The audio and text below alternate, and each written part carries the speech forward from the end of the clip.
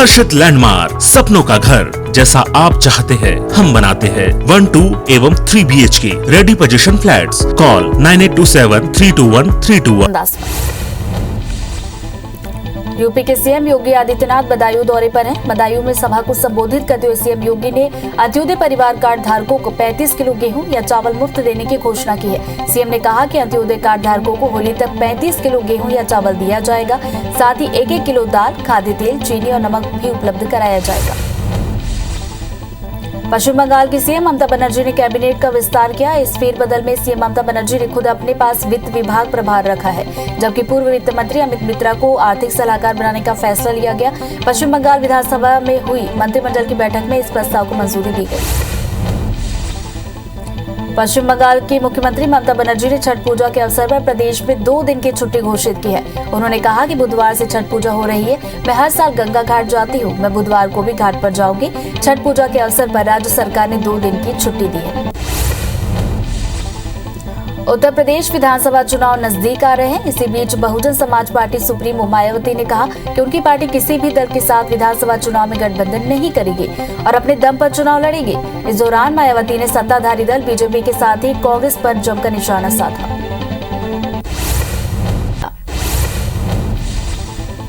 महाराष्ट्र के पूर्व मुख्यमंत्री और बीजेपी नेता देवेंद्र फडणवीस ने महाराष्ट्र के मंत्री नवाब मलिक पर गंभीर आरोप लगाए। फडणवीस ने कहा कि 4 प्रॉपर्टी में 100% अंडरवर्ल्ड का एंगल है। मेरे पास जो सारे सबूत हैं, मैं वो सक्षम प्राधिकारी को दूंगा।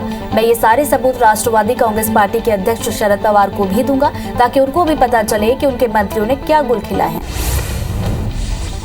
फडणवीस ने कहा कि महाराष्ट्र के मंत्री नवाब मलिक से पूछा कि आपने मुंबई में बम विस्फोट करने वालों से जमीन क्यों खरीदी? ऐसी कौन सी बात थी कि जिसके कारण मुंबई के गुनहगारों ने LBS रोड पर 3 एकड़ जमीन आपको 20 लाख रुपए में दे दी?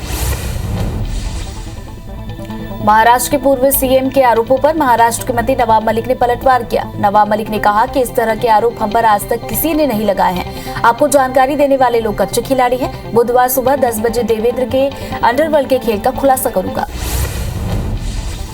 नवाब मलिक ने कहा कि देवेंद्र ने कहा था कि दिवाली के बाद पटाखे फोड़ेंगे। 1999 में देवेंद्र पहली बार शहर में आए। पहले मंडे साहब दावत लोगों से जोड़ते थे। 62 साल के जीवन में या लोक प्रतिनिधि के तौर पर कभी किसी ने मुझ पर आरोप नहीं लगाया।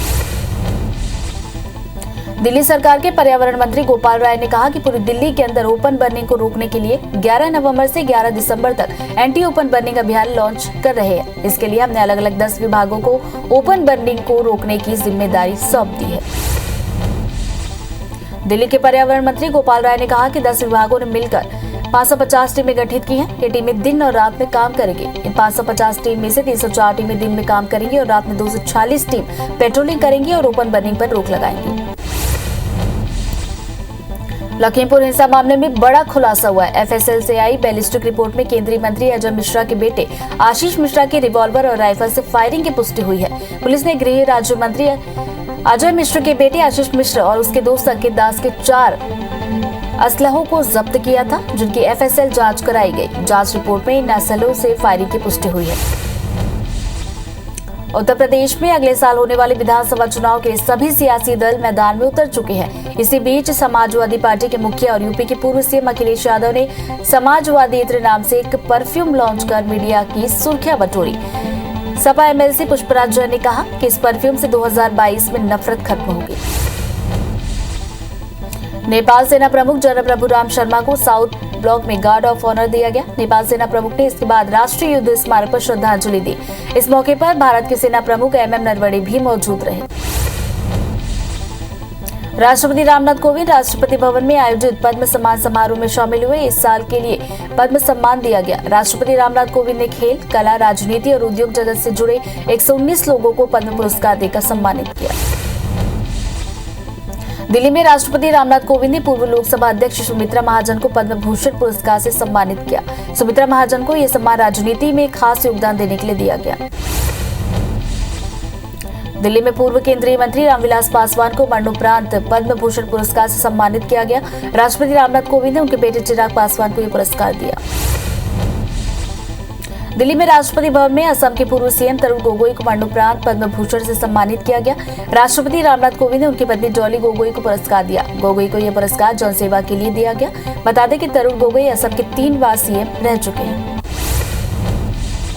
ट्रांसजेंडर फोक डांसर मजम्मा जोगती को इस बार पद्मश्री पुरस्कार मिला है। कई लोगों के लिए प्रेरणा बन चुकी मजम्मा कर्नाटक जनपद अकादमी की पहली ट्रांसजेंडर अध्यक्ष भी हैं। पद्मश्री पुरस्कार लेते वक्त मजम्मा ने राष्ट्रपति रामनाथ कोविंद का अनोखे अंदाज में अभिवादन किया। इसे देखकर दरबार हॉल तालियों की गड़गड़ाहट से गूंज उठा। EPFO की बैठक 20 नवंबर को होने वाली है। माना जा रहा है कि इस बैठक में साल 2021-22 के लिए EPFO के ब्याज दर पर चर्चा की जा सकती है। EPFO के सेंट्रल बोर्ड ऑफ ट्रस्टी की बैठक लगभग 8 महीने बाद होने जा रही है, जिसमें EPFO ब्याज दर के साथ निवेश के प्रस्ताव पर भी चर्चा की जाएगी।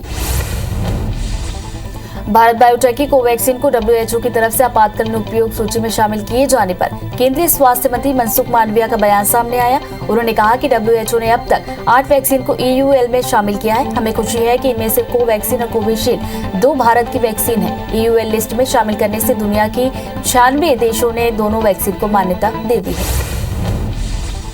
न्यूजीलैंड के खिलाफ 17 नवंबर से शुरू हो रही T20 मैचों की सीरीज के लिए टीम इंडिया का ऐलान कर दिया गया है। रोहित शर्मा टीम के कप्तान बनाए गए, वहीं KL राहुल को कप्तानी दी गई है। ऑलराउंडर वेंकटेश अय्यर, तेज गेंदबाज आवेश खान और हर्षल पटेल को पहली बार भारतीय टीम में मौका दिया गया। वहीं हार्दिक पांड्या को ड्रॉप कर दिया गया। छत्तीसगढ़ में कांग्रेस सरकार बनने के बाद बुधवार को पहली बार प्रदेश कांग्रेस कार्यकारिणी की बैठक राजधानी रायपुर से बाहर दुर्ग में आयोजित हो रही है। ये बैठक दोपहर 3 बजे दुर्ग के राज्य भवन में हुई। इस कार्यक्रम में PCC प्रभारी PL पुनिया, मुख्यमंत्री भूपेश बघेल और प्रदेश अध्यक्ष मोहन मरकाम समेत सभी जिला कांग्रेस अध्यक्ष भी मौजूद रहे। प्रदेश कांग्रेस कार्यकारिणी की बैठक में आगामी नगरीय निकाय चुनाव, महंगाई को लेकर जन जागरण अभियान और कांग्रेस पार्टी की सदस्यता अभियान को लेकर चर्चा कर रणनीति बनाई गई। इससे पहले आजादी के 75वीं वर्षगांठ पर कांग्रेस पार्टी साल भर तक चलाए जा रहे हीरक महोत्सव का भी आयोजन करने वाली है। यह आयोजन भिलाई के सिविक सेंटर में 11 बजे से शुरू होगा। प्रदेश कांग्रेस कार्यकारिणी की बैठक में देश के प्रथम पंडित प्रधानमंत्री जवाहरलाल नेहरू के आधुनिक भारत को लेकर प्रोफेसर पुरुषोत्तम अग्रवाल की ओर से व्याख्यान दिया जाएगा। इस कार्यक्रम में भी प्रभारी PL पुनिया, मुख्यमंत्री भूपेश बघेल समेत सभी वरिष्ठ कांग्रेसी नेता मौजूद रहेंगे। सीएम भूपेश बघेल आज कई कार्यक्रम में शामिल होंगे। सीएम खैरागढ़ जाएंगे और स्वर्गीय देवव्रत सिंह की श्रद्धांजलि कार्यक्रम में भी शामिल होंगे। भिलाई के छठ पूजा कार्यक्रम और फुटबॉल ग्राउंड के शुभारंभ कार्यक्रम में भी शिरकत करेंगे। वहीं राजनांदगांव में वाह वाह राजनांदगांव कार्यक्रम में भी शामिल होने वाले हैं।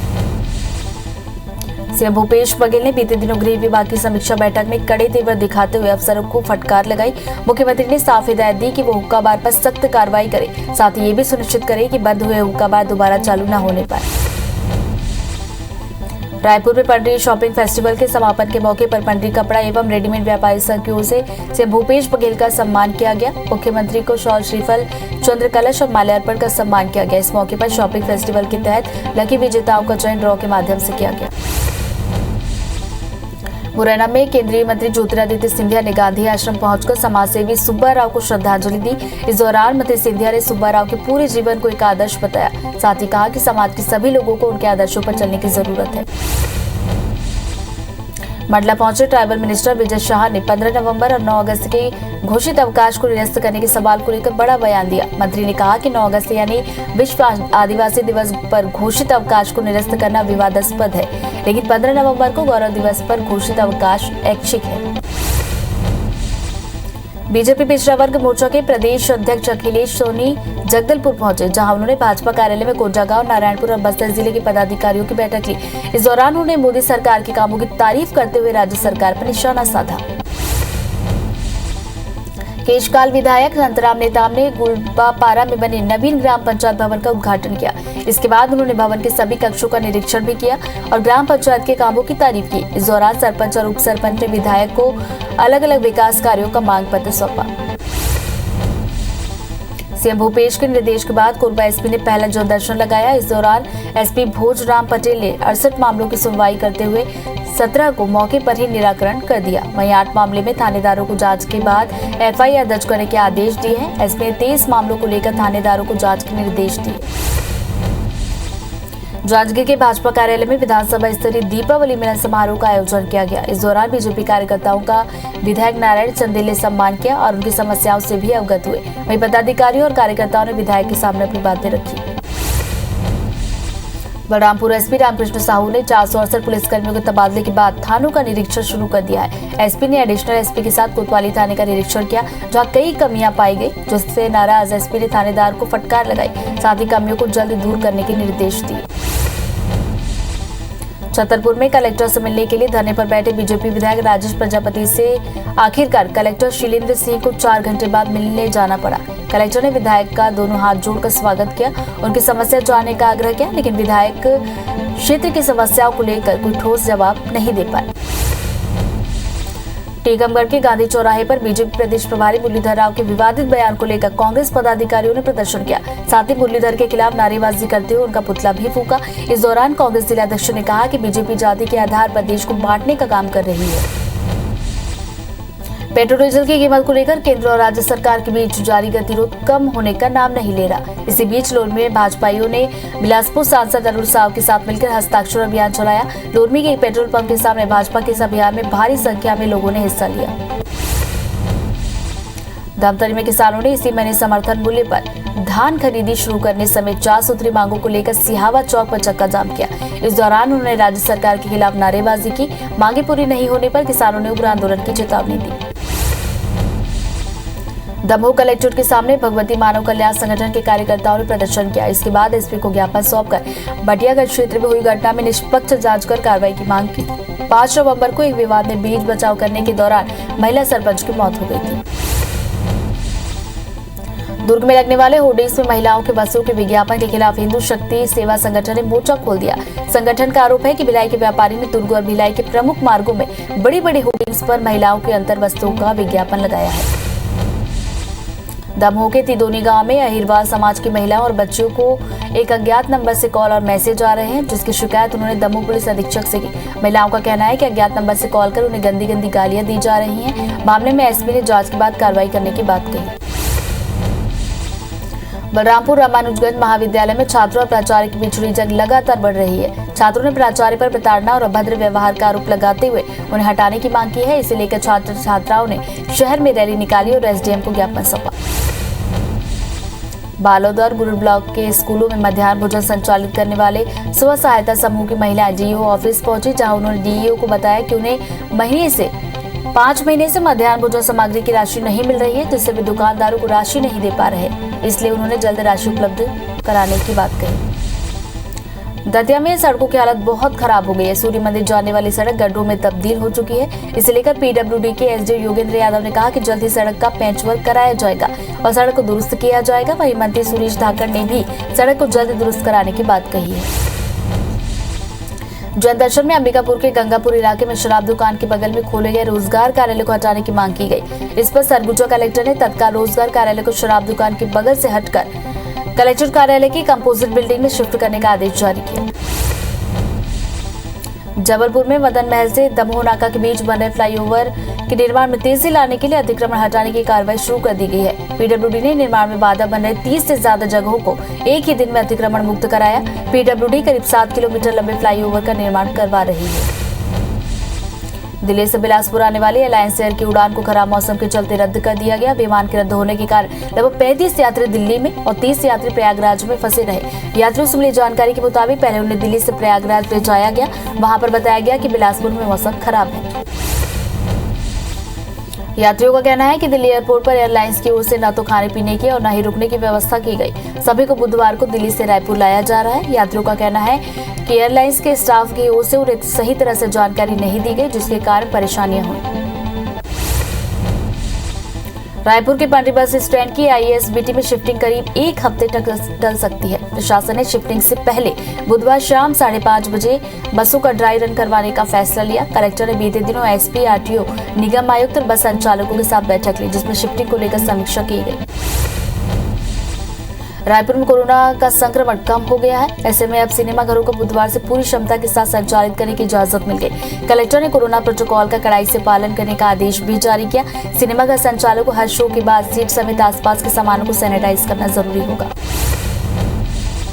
जिला प्रशासन ने सिनेमा हॉल में एंट्री निकलने ब्रेक के समय भीड़ मैनेज को लेकर गाइडलाइन भी जारी की है। वहीं कोविड प्रोटोकॉल का उल्लंघन होने पर पूरी जिम्मेदारी संचालक की होगी।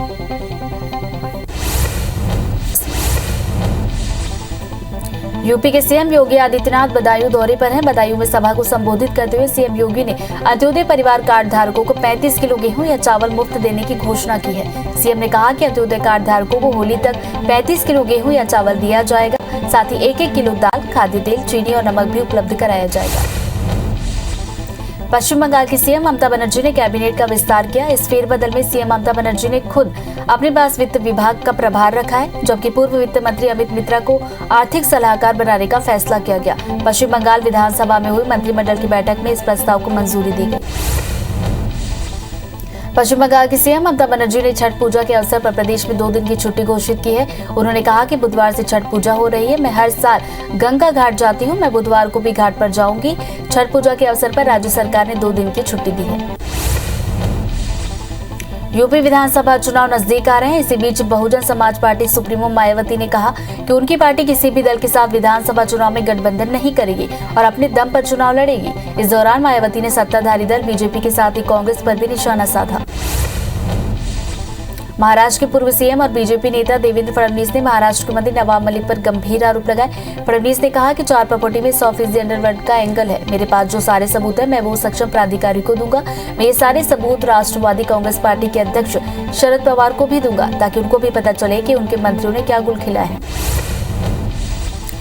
फडणवीस ने महाराष्ट्र के मंत्री नवाब मलिक से पूछा कि आपने मुंबई के गुनहगारों, मुंबई में बम विस्फोट करने वालों से जमीन क्यों खरीदी? ऐसी कौन सी बात थी जिसके कारण मुंबई के गुनहगारों ने LBS रोड पर 3 एकड़ जमीन आपको 20 लाख रुपए में दे दी? महाराष्ट्र के पूर्व सीएम देवेंद्र के आरोपों पर महाराष्ट्र के मंत्री नवाब मलिक ने पलटवार किया। नवाब मलिक ने कहा कि इस तरह के आरोप हम पर आज तक किसी ने नहीं लगाए। आपको जानकारी देने वाले लोग कच्चे खिलाड़ी हैं। बुधवार सुबह 10 बजे देवेंद्र के अंडरवर्ल्ड के खेल का खुलासा करूंगा। नवाब मलिक ने कहा कि देवेंद्र ने कहा था कि दिवाली के बाद पटाखे फोड़ेंगे। 1999 में देवेंद्र पहली बार शहर में आए। पहले मंडे साहब दावत को लोगों से जोड़ते थे। 65 साल के जीवन में या लोक प्रतिनिधि के तौर पर कभी किसी ने मुझ पर आरोप नहीं लगाया। दिल्ली सरकार के पर्यावरण मंत्री गोपाल राय ने कहा कि पूरी दिल्ली के अंदर ओपन बर्निंग को रोकने के लिए 11 नवंबर से 11 दिसंबर तक एंटी ओपन बर्निंग अभियान लॉन्च कर रहे हैं। इसके लिए हमने 10 अलग अलग विभागों को ओपन बर्निंग को रोकने की जिम्मेदारी सौंपी है। दिल्ली के पर्यावरण मंत्री गोपाल राय ने कहा कि 10 विभागों ने मिलाकर 550 टीमें गठित की हैं। ये टीमें दिन और रात में काम करेंगी। इन 550 टीम में से 304 टीमें दिन में काम करेंगी तो रात में 246 टीम पेट्रोलिंग करेंगी और ओपन बर्निंग पर रोक लगाएंगी। लखीमपुर हिंसा मामले में बड़ा खुलासा हुआ है। FSLCI बैलिस्टिक रिपोर्ट में केंद्रीय मंत्री अजय मिश्रा के बेटे आशीष की रिवॉल्वर और राइफल से फायरिंग की पुष्टि हुई है। पुलिस ने गृह राज्य मंत्री अजय मिश्रा के बेटे आशीष मिश्र और उसके दोस्त अंकित दास के 4 असलहों को जब्त किया था, जिनकी FSL जांच कराई गई। जांच रिपोर्ट में इन असलहों से फायरिंग की पुष्टि हुई है। यूपी में अगले साल होने वाले विधानसभा चुनाव के लिए सभी सियासी दल मैदान में उतर चुके हैं। इसी बीच समाजवादी पार्टी के मुखिया और यूपी के पूर्व सीएम अखिलेश यादव ने समाजवादी इत्र नाम से एक परफ्यूम लॉन्च कर मीडिया की सुर्खियां बटोरी। सपा MLC पुष्पराज जैन ने कहा कि इस परफ्यूम से 2022 में नफरत खत्म होगी।